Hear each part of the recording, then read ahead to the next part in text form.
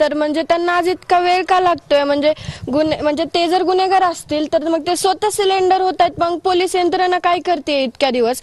आणि जर आरोपी त्यांना जर वेळ लागत असेल इतका पकडण्यासाठी, तर आम्ही न्यायाची अपेक्षा कधी करायची? आम्हाला न्याय कधी मिळणार?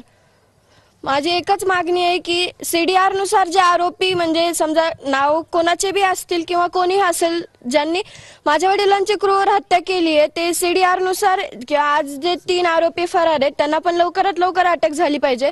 आणि CDR नुसार जे आणखी आरोपी निघतील त्यांना पण तुम्ही लवकरात लवकर अटक करा आणि पुढील तुमची कारवाई आहे ती चालू करा आणि लवकरात लवकर माझ्या वडिलांना आम्हाला न्याय मिळवून द्या, एवढीच अपेक्षा करते. आता खंडणी प्रकरणामध्ये वाल्मिकी कराड आरोपी आहेत आणि ते खंडणी प्रकरणासाठी सरेंडर झालेले आहेत, पण हत्येशी त्यांचा अजून संबंध नाही असं ते स्वतः म्हणतायत. त्याबद्दल तुमचं काय म्हणणं आहे? आता आम्हाला तर एवढंच वाटतंय की ज्यांनी माझ्या वडिलांची हत्या केली त्यांना, म्हणजे माझ्या वडिलांना न्याय मिळण्यासाठी आमची एक मागणी आहे. आम्ही तर आमच्या वडिलांना आणू शकत नाहीये वापस, पण एक त्यांचं बलिदान हे न व्यर्थ जाता जे आरोपी आहेत त्यांनाही कठोरात कठोर शिक्षा झालीच पाहिजे असं आम्हाला वाटतं. पण जे काही यामध्ये आरोपी असतील, समजा आज ते शरण जातात किंवा ते सुद्धा म्हणले की मी आरोपी असेल तर माझ्यावर तुम्ही कारवाई करा, आमचं सगळ्यांचं एकच मत आहे की या माझ्या वडिलांच्या हत्येमध्ये जे कोणी असेल त्यांना कठोरात कठोर शिक्षाही झालीच पाहिजे. 3 आरोपी जे होते जे हत्या प्रकरणातले ते अजूनही फरार आहेत. त्यांच्या बाबतीत अजून कुठलीही माहिती आली म्हणजे शरण गेले किंवा कुठं अटक झाली अशी माहिती अजून नाही. ते अजूनही फरारच आहेत. त्या आरोपींना अटक करण्यासंदर्भात काही मागणी करा. ते मुख्य आरोपी हा सुद्धा मुख्यच आहे आणि याला पाठ देणारा पण मुख्यच. पाठबळ देणारा जो आहे ना, पळून जायला इतके दिवस बाहेर ठेवायला, इतके दिवस तुम्ही बाहेर ठेवला होता, एका षडयंत्र करायचं ठेवला होता का?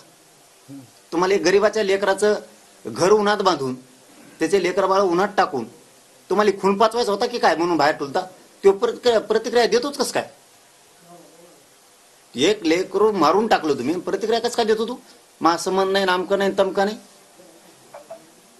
हे एक याच्यात कोणीच वाचत नाही. ती याच्यात हे कोणीच वाचत नाहीत ना. कोणचा मंत्री वाचतो ना, त्याच्यात मंत्री वाचतो ना, आमदार वाचतो ना, खासदार वाचतो, कोणी वाचत नाही याच्यात. हे सगळे एकमेकाशी बोललेले आहेत. यांचे तसे कॉल डिटेल आहेत, हे एकमेकाला बोललेले आहेत. कारण एवढी मोठी घटना झाल्यावर यांनी त्यांच्या नेत्याचा आधार घेतलेलाच आहे आणि ज्यांनी केलंय त्यांनी पण याचा घेतलेला आहे, यांनी त्यांचा घेतलेला आहे. हे एकमेकाचा आधार घेतलेला आहे. ह्यो आणि राहिलेले आरोपी हे कधीच सुटता कामा नयेत. हे मुख्यमंत्र्याला जाहीरपणाने सांगतो, कधीच सुटता कामा नयेत. ही सगळी अंडर ट्रायल चालली पाहिजे, याच्यावर मोका पण लागला पाहिजे. कारण शब्द तुम्ही दिलेला, मुख्यमंत्री साहेब, तुमच्या शब्दावरती हे कुटुंब आज जिवंत आहे. तुमच्या बळावर तुम्ही जर यांच्याशी मध्ये दगा फटकान बेमानी केली तर तुम्हाला मराठी राज्यभर रस्त्यावर दिसणार. तुम्हाला खाली मान घालून या राज्यात जगावं लागल, असं मुख्यमंत्र्यांनी पाऊल उचललं. आणि तुम्ही दिलेला जो शब्द आहे की कोणाला सोडणार नाही, त्या शब्दावरती मराठा समाज तुम्हाला मानतोय की तुम्ही तो इतका माणसाला धीर देणारा शब्द दिलेला आहे मराठा समाजाला आणि देशमुख कुटुंबाला की याच्यात मी कोणाला सोडणार नाही. यांचे कॉल डिटेल घेणार, जे जे येते ते सगळे मध्ये टाकणार, यांच्यावर मोका लावणार, यांना जेलमध्ये सडविणार.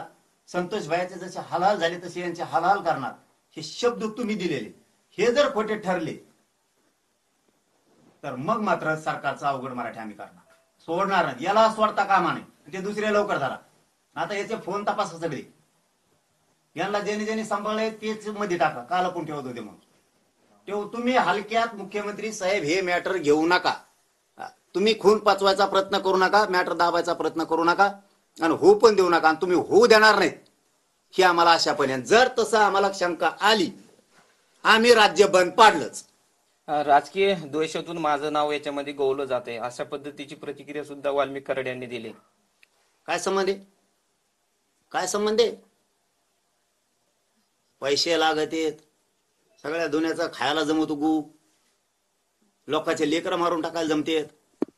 याच्यात लय मोठे आणखीन याच्यात लय मोठे. कारण ही शंका काय यायला लागली त्याचं कारण सांगतो तुम्हाला. काल परवापासून ओबीसीचे न बोलणारे नेते बोलायला लागले. बघा पालकुल कुठं चुकचुकली. कारण हे नेते आजपर्यंत संतोष भाई देशमुखांच्या दुःखात सहभागी होते. असं खून कधीच होऊ नये. ओबीसीचे नेते हळहळ करीत होते. अशी एकाएकीच ओबीसीचे नेते कसं काय म्हणायला लागले? मंत्र्याला टार्गेट करायला लागली, आमके करायला, बहुतेक मंत्री म्हणलाय